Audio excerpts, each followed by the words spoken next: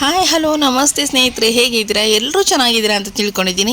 So ಏನಪ್ಪ ಅಂತ ಹೇಳಿದರೆ, ಗೃಹಲಕ್ಷ್ಮಿ ಯೋಜನೆಯ ಬಗ್ಗೆ ಲಕ್ಷ್ಮೀ ಹೆಬ್ಬಾಳ್ಕರ್ ಮೇಡಮ್ ಅವರೊಂದು ಸುದ್ದಿಗೋಷ್ಠಿಯನ್ನು ನಡೆಸಿಬಿಟ್ಟು ಒಂದು ಬಿಗ್ ಅಪ್ಡೇಟನ್ನು ಕೊಟ್ಟಿದ್ದಾರೆ. ಏನಪ್ಪ ಅಂತ ಹೇಳಿದರೆ, ಸೊ ಏನಕ್ಕೆಲ್ಲ ಹಣ ಡಿಲೇ ಆಯಿತು, ನಾವು ಯಾವ ರೀತಿ ಹಣವನ್ನು ಕೊಡ್ತೀವಿ, ಯಾವಾಗಿಂದ ಬಿಡುಗಡೆ ಮಾಡ್ತಿದ್ದೀವಿ, ನೆಕ್ಸ್ಟ್ ಮುಂದಿನ ಕಂತುಗಳೆಲ್ಲ ಯಾವ ರೀತಿಯಾಗಿ ಬರುತ್ತೆ ಅನ್ನೋ ಒಂದು ಲೇಟೆಸ್ಟ್ ಅಪ್ಡೇಟನ್ನು ನಿನ್ನೆ ತಾನೇ ಸುದ್ದಿಗೋಷ್ಠಿನಲ್ಲಿ ಲಕ್ಷ್ಮೀ ಹೆಬ್ಬಾಳ್ಕರ್ ಮೇಡಮ್ ಅವರು ತಿಳಿಸ್ಕೊಟ್ಟಿದ್ದಾರೆ. ಸೊ ಇವಾಗ ಅವರ ಆರೋಗ್ಯನೂ ಚೇತರಿಸ್ಕೊಳ್ತಾ ಇದೆ.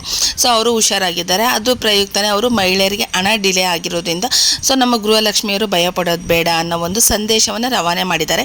ಸೊ ಅದು ಏನು ವಿಷಯ ಇದೆ ಏನು ಅಂತ ಹೇಳ್ಬಿಟ್ಟು ನಾನು ಇವತ್ತಿನ ವಿಡಿಯೋದಲ್ಲಿ ತಿಳಿಸ್ಕೊಡ್ತಾ ಇದ್ದೀನಿ. ಅದಕ್ಕಿಂತ ಮುಂಚೆ ಯಾರೆಲ್ಲ ನನ್ನ ಚಾನಲಿನ ಸಬ್ಸ್ಕ್ರೈಬ್ ಮಾಡಿಲ್ಲ, ಪ್ಲೀಸ್ ಸಬ್ಸ್ಕ್ರೈಬ್ ಮಾಡಿ, ಲೈಕ್ ಮಾಡಿ, ಅದೇ ರೀತಿ ಕಮೆಂಟ್ ಮಾಡಿ ಅಂತ ಕೇಳ್ಕೊತೀನಿ.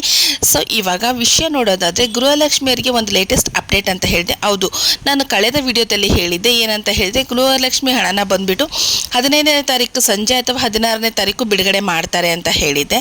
ಸೊ ಅದೇ ರೀತಿಯಾಗಿ ಇನ್ನೊಂದು ಏನಪ್ಪ ಅಂತೇಳಿದ್ರೆ, ನಿಮ್ಮ ತಾಲೂಕು ಪಂಚಾಯಿತಿಗಳಿಂದ ಹಣ ಬರುತ್ತೆ ಇನ್ನು ಮುಂದೆ ಅಂತ ಹೇಳಿದ್ದೆ. ಸೊ ಇದೆರಡೂ ವಿಷಯದಲ್ಲಿ ಒಂದಷ್ಟು ಗೊಂದಲಗಳಿತ್ತು.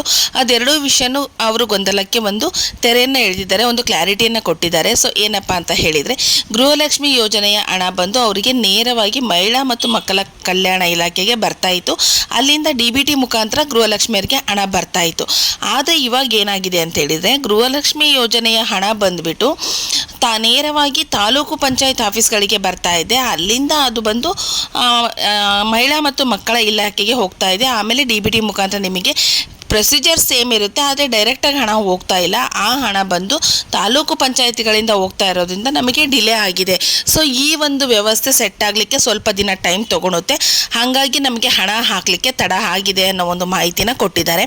ಸೊ ಅದೇ ರೀತಿಯಾಗಿ ಅವ್ರು ಏನಂತ ಹೇಳಿದ್ರು ಅಂದರೆ, ಹಣ ಬಿಡುಗಡೆ ಆಗಬೇಕಿತ್ತು, ನಮಗೆ ಹಣ ಬಂದು 15 ದಿನ ಆಗಿದೆ. ಸೊ ನಮ್ಮ ಹೆಲ್ತ್ ಇಶ್ಯೂಸ್ ಇರೋದ್ರಿಂದ, ಕೆಲವೊಂದು ಪೆಂಡಿಂಗ್ ಇರೋದ್ರಿಂದ ಸೊ ನಮಗೆ ಲೇಟ್ ಆಗಿದೆ. ಮುಂದಿನ ತಿಂಗಳಿಂದ ಯಾವುದೇ ರೀತಿಯ ಒಂದು ಡಿಲೇ ಅನ್ನೋದಾಗೋದಿಲ್ಲ, ನಾವು ಈ ತಿಂಗಳಲ್ಲಿ ಅದನ್ನು ಸರಿಪಡಿಸ್ಕೊಳ್ತೀವಿ. ಸೊ ಇವಾಗ ತಾಲೂಕ್ ಪಂಚಾಯತ್ಗಳಿಂದ ಬರ್ತಾ ಇರೋದ್ರಿಂದ ನಮಗೆ ಲೇಟ್ ಆಗ್ತಾ ಇದೆ. ಅದರ್ವೈಸ್ 3 ತಿಂಗಳ ಹಣ ಏನು ಪೆಂಡಿಂಗ್ ಇತ್ತಲ್ವ, ನಾವು ಅದನ್ನು ಕ್ಲಿಯರ್ ಮಾಡ್ತೀವಿ. ಅಂದರೆ 16, 17, 18ನೇ ಕಂತು ಬಂದುಬಿಡ್ತು. ಸೊ ಅದನ್ನು ನಾವು ಕ್ಲಿಯರ್ ಮಾಡ್ತೀವಿ. ಈಗ 2 ಕಂತನ್ನು ನಾವು ಹಾಕಬೇಕಂತ ಅಂದ್ಕೊಂಡಿದ್ದೀವಿ. ಇದನ್ನು ಮೊದಲನೇದಾಗಿ ನಾವು ಎಲ್ಲ ಜಿಲ್ಲೆಗಳಿಗೂ ಹಾಕ್ತಾ ಇಲ್ಲ, 5 ಜಿಲ್ಲೆಗಳಿಗೆ ಮೊದಲನೇದಾಗಿ ಹಾಕ್ತಾ ಇದ್ದೀವಿ. ಆ 5 ಜಿಲ್ಲೆಗಳಿಗೆ ಸಕ್ಸಸ್ ಆದ ನಂತರ ಉಳಿದ ಜಿಲ್ಲೆಗಳಿಗೆ ನಾವು ಹಾಕ್ತೀವಿ. ಬೆಂಗಳೂರು ಗ್ರಾಮಾಂತರ, ಬೆಂಗಳೂರು ನಗರ, ಸೊ ಈ ಥರ ಒಂದು ಜಿಲ್ಲೆಗಳಿಗೆ ನಾವು ಫಸ್ಟ್ ಅಲ್ಲಿಂದ ಸ್ಟಾರ್ಟ್ ಮಾಡ್ತಾ ಇದ್ದೀವಿ. ಆ ನಂತರ ಉಳಿದ ಜಿಲ್ಲೆಗಳಿಗೆ ಹಾಕ್ತೀವಿ ಅಂತ ಹೇಳ್ತಿದ್ದಾರೆ. ಬಟ್ ಯಾವ ಜಿಲ್ಲೆಗಳಿಗೆ ಹಾಕಿದರೂ ಒಟ್ಟಾರೆ ಗೃಹಲಕ್ಷ್ಮಿ ಹಣ ಬಿಡುಗಡೆ ಆಗಿದೆ ಅಂತ ಹೇಳಿದರೆ ಅದು ಖಂಡಿತ ಎಲ್ಲರಿಗೂ ಬರ್ತದೆ ಅನ್ನೋದು ನಮ್ಮ ಒಂದು ಇಲ್ಲಿ ಇನ್ನೊಂದು ಏನಪ್ಪ ಅಂತ ಹೇಳಿದರೆ, ಯಾರಿಗಾದರೂ ಮೊದಲು ಕೊಡಲಿ, ಯಾರಿಗಾದರೂ ನಂತರ ಕೊಡಲಿ, ಒಟ್ಟಲ್ಲಿ ಗೃಹಲಕ್ಷ್ಮಿ ಯೋಜನೆ ಹಣ ಅಂತೂ ಬಿಡುಗಡೆ ಮಾಡ್ತಾ ಇದ್ದಾರೆ. ಏನಕ್ಕೆ ಅಂತಂದರೆ, ಅವರು 5 ಗ್ಯಾರಂಟಿ ಯೋಜನೆಗಳನ್ನು ಘೋಷಣೆ ಮಾಡಿದ್ದು, ಅದರಲ್ಲಿ ಗೃಹಲಕ್ಷ್ಮಿ ಕೂಡ ಒಂದಾಗಿದೆ ಅಂತ ನಾನು ಎಲ್ಲ ವಿಡಿಯೋದಲ್ಲೂ ಹೇಳ್ತಾ ಇದ್ದೀನಿ.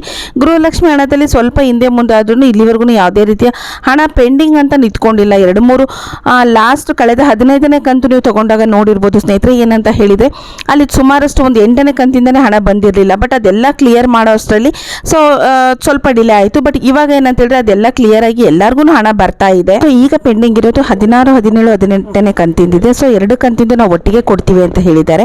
ಆಮೇಲೆ ಇವತ್ತು ಬರುತ್ತೆ, ನಾಳೆ ಬರುತ್ತೆ ಅನ್ನೋದೆಲ್ಲ ತುಂಬ ಸುಳ್ಳು ನ್ಯೂಸ್ಗಳು ಬರ್ತಾ ಇದೆ.